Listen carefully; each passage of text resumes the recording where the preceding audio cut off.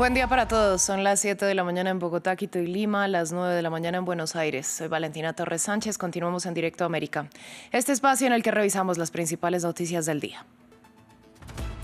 En su segundo día de visita a Nueva Delhi, el presidente Vladimir Putin y el primer ministro Narendra Modi determinaron elevar el comercio a $100.000 millones con pago en sus monedas nacionales. Putin, a su vez, aseguró que Rusia está listo para enviar combustible ininterrumpidamente a India.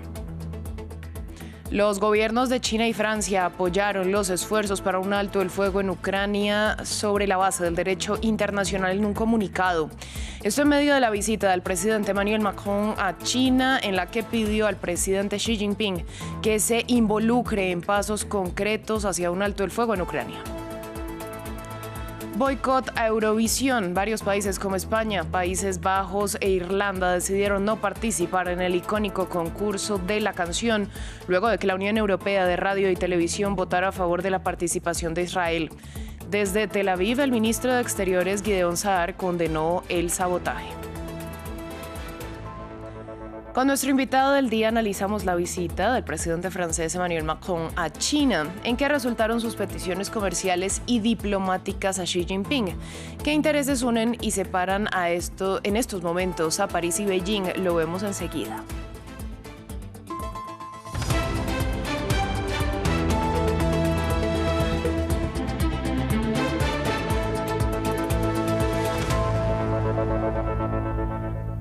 Damos inicio en India, donde se cumple el segundo día de visita del presidente ruso Vladimir Putin.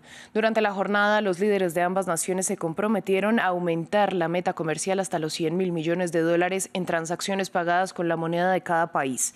Al tiempo, el jefe del Kremlin aseguró que Moscú continuará enviando suministro de combustible de forma ininterrumpida. Desde Helsinki, Xavier Colás, corresponsal de France 24, nos amplió los detalles.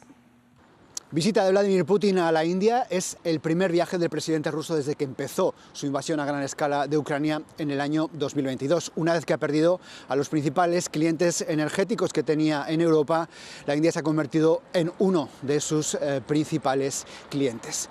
Ambos presidentes han acordado un programa económico conjunto que durará hasta el año 2030. Vladimir Putin ha proclamado que Rusia está dispuesta a suministrar combustible a la India de manera ininterrumpida a pesar de las presiones de Donald Trump. Recordemos que Estados Unidos ha impuesto aranceles extra a la India de un 25% para intentar evitar que los indios sigan comprando petróleo ruso. Ambos presidentes han presumido de acuerdos alcanzados, nuevos consulados indios en Rusia, más visados de turistas e incluso canales de información rusos en la India muy pronto. Respecto a la guerra de Ucrania, el presidente ruso ha insistido en que Kiev tiene que retirarse de Donbass por las buenas o si no, Rusia lo tomará por las malas. Hablamos ahora de la guerra en Ucrania. Los soldados de Kiev ya no hablan de una línea del frente, sino de una zona letal de al menos 20 kilómetros de ancho, donde los drones enemigos saturan los cielos.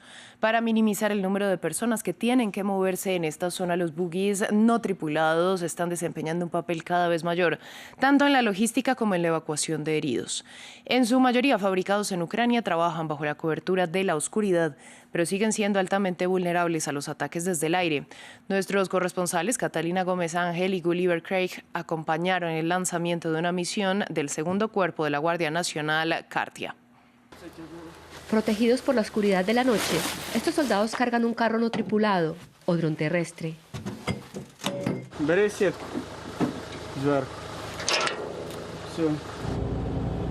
Una vez listo, el dron es remolcado hasta un área cercana a lo que actualmente se conoce como la zona gris o letal, y luego se pierde en la noche.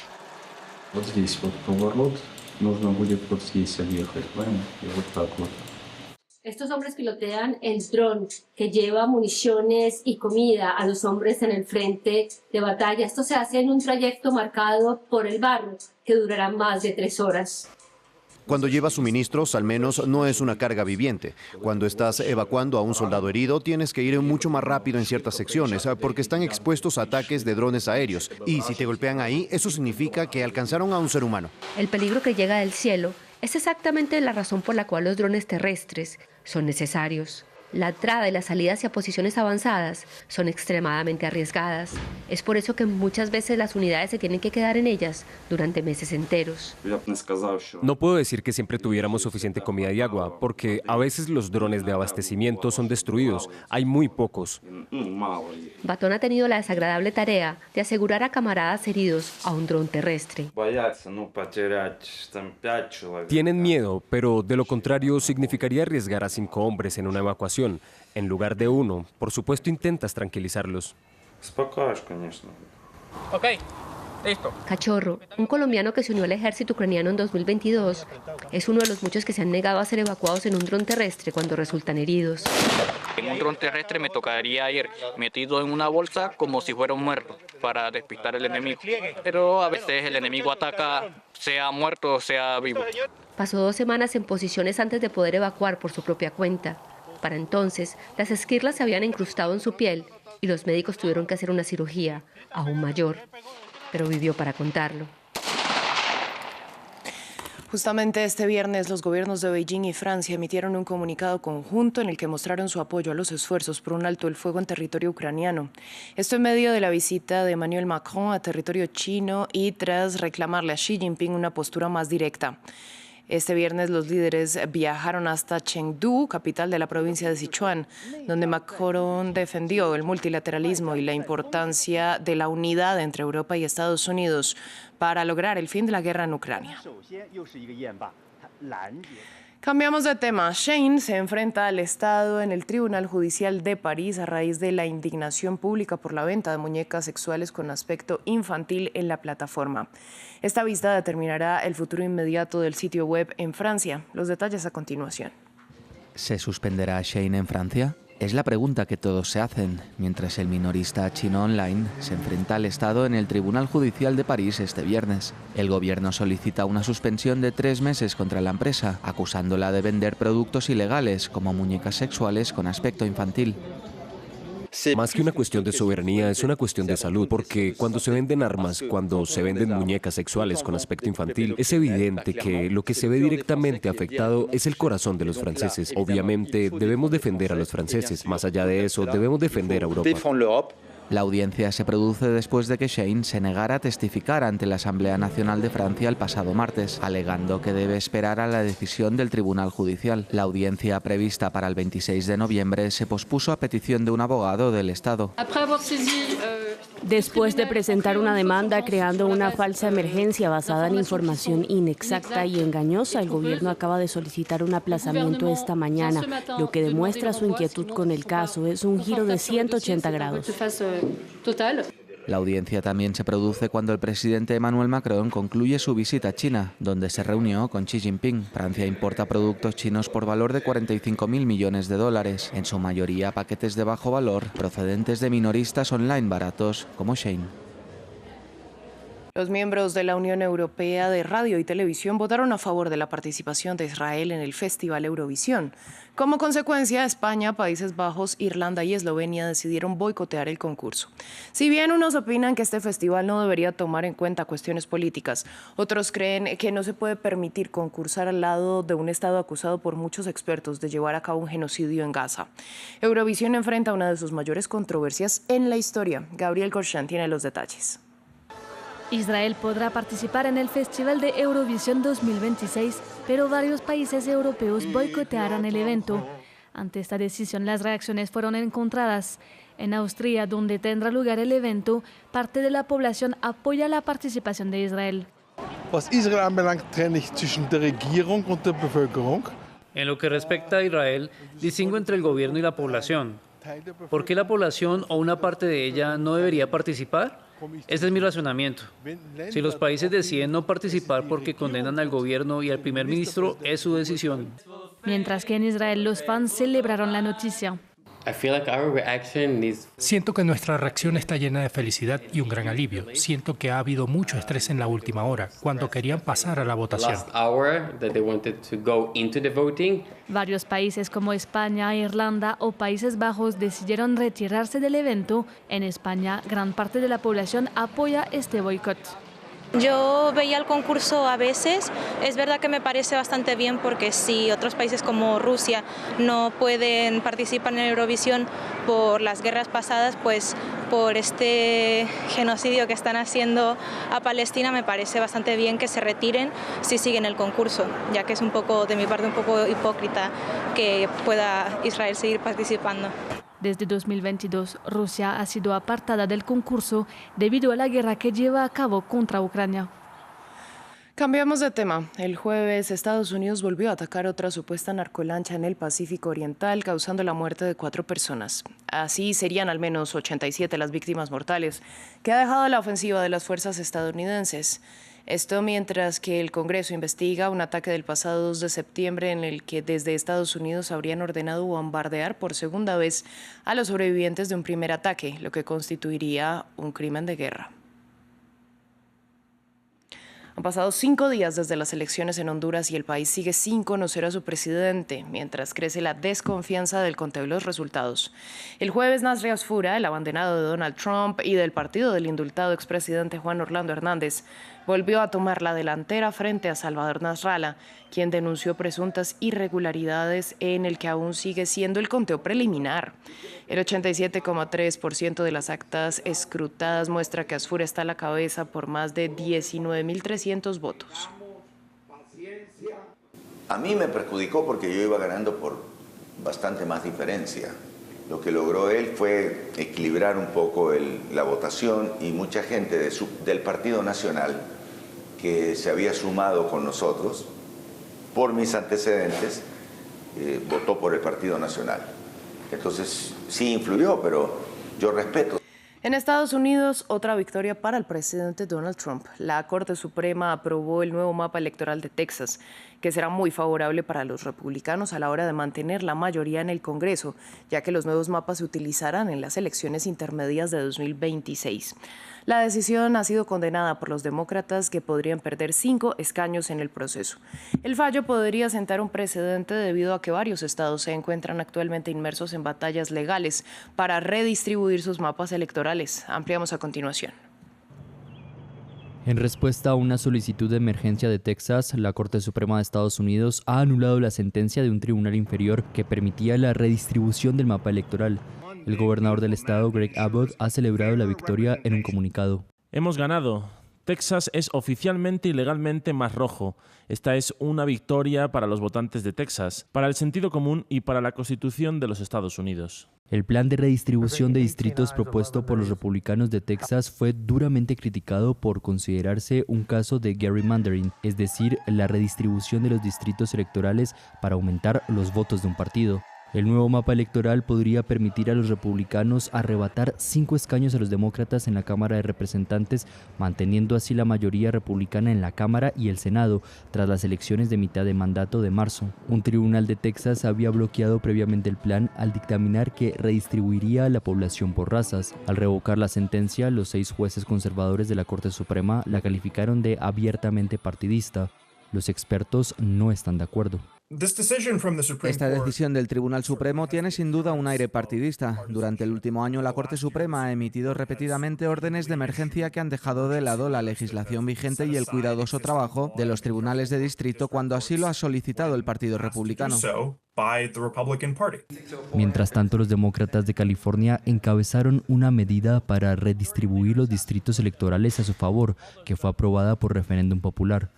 La administración Trump ha presentado una demanda para bloquear los nuevos mapas de California, pero ha pedido a la Corte Suprema que mantenga los distritos rediseñados de Texas. Cerramos con noticias deportivas porque la atención está centrada en el sorteo del Mundial de Fútbol 2026. El evento se realizará en unas horas en Washington para la cita tripartita entre Estados Unidos, México y Canadá. La organización ha anunciado un verdadero espectáculo en el Kennedy Center, en el que se determinará el recorrido de los 48 equipos que van a competir por suceder a Argentina, campeona de Qatar 2022. Entre las estrellas que participarán del evento están Andrea Bocelli, Village People y Robbie Williams. Continuamos con nuestro invitado del día. Concluyó la visita del presidente francés Emmanuel Macron a China, un viaje con objetivos comerciales y diplomáticos, en que una vez más Xi Jinping rechazó cualquier responsabilidad en la continuidad de la guerra en Ucrania, pero insistió en que apoya cualquier esfuerzo para la paz. Para analizar el encuentro, nosotros conectamos con Carlos Martín, él es especialista en relaciones y negocios internacionales. Yo le doy la bienvenida a France 24. En principio le pregunto, ¿cuál es su valoración general de esta visita? ¿Con qué precedente la podríamos comparar? Muy buenos días. El precedente podría ser la visita de finales de 2019 también de Macron a China, donde llegaron a importantes acuerdos comerciales. La diferencia es que la posición estratégica de la Unión Europea y de Francia en concreto ha cambiado notablemente, al menos la percepción del gran público es que este tipo de visitas y de viajes pues tienen el recorrido justo para poder ayudar a las empresas francesas y la posición francesa en la región a mantener su posición. Si lo vemos desde una perspectiva histórica, ¿cuál es o cómo se han dado estas recientes relaciones entre Francia y China? ¿Qué ha primado, la confianza o el recelo? Ha primado la confianza. Durante el periodo unipolar en el cual Estados Unidos era la única potencia mundial, Francia ha gestionado muy bien esas relaciones con China y ha sabido llevarlas por el buen camino para el bien de su industria y de sus empresas. La cuestión es que el momento en el que estamos viviendo ahora mismo de multipolaridad, la posición de Francia y de la Unión Europea en general es muchísimo más débil y eso China lo sabe. Si lo vemos actualmente, ¿qué intereses pueden acercar justamente a China y Francia si hablamos, por ejemplo, en materia comercial en medio de esta guerra declarada por Estados Unidos? Siempre hay un margen de cooperación, un margen que es necesario explotar y que es necesario mantener. Cortar las relaciones por completo no es una buena idea, ni siquiera los Estados Unidos lo están haciendo con China o China viceversa con los Estados Unidos. Y Francia tiene una posición económica muy importante, industrial muy importante en China que tiene que proteger y que tiene que mantener por el bien de la economía francesa, obviamente, pero también por el lado de la economía china, que siempre va a ser beneficiada de una inversión extranjera directa con un alto grado tecnológico. Si lo vemos en esta visita, ¿podemos decir que Francia consiguió esos objetivos de atraer mayor inversión china y equilibrar la balanza comercial? Eso habrá que verlo. El formato que estamos viviendo actualmente es muy similar al de la última década o los últimos 20 años, pero la realidad es que hay que dar pasos más importantes. China sabe perfectamente que esa posibilidad que tiene la industria china o la inversión china en acercarse o aterrizar en la Unión Europea y en Francia en concreto depende mucho de lo que todos los miembros de la Unión Europea acuerden. Y ahora mismo la posición es contraria a industrias clave para China y eso habría que cambiarlo. O sea, el hecho de una reunión y de una reunión de este nivel y con el buen trato que siempre China da cuando se trata de este tipo de visitas, se tiene que materializar en pasos que dé la Unión Europea, fundamentalmente en este caso impulsadas por Francia. Yo justamente le pregunto para que profundicemos. En estos momentos, ¿qué intereses separan a Francia y a China? Por ejemplo, ¿estos vínculos económicos con Rusia? Más que los vínculos económicos con Rusia es la transferencia de tecnología que pueda llegar a afectar a la competición estratégica con los Estados Unidos.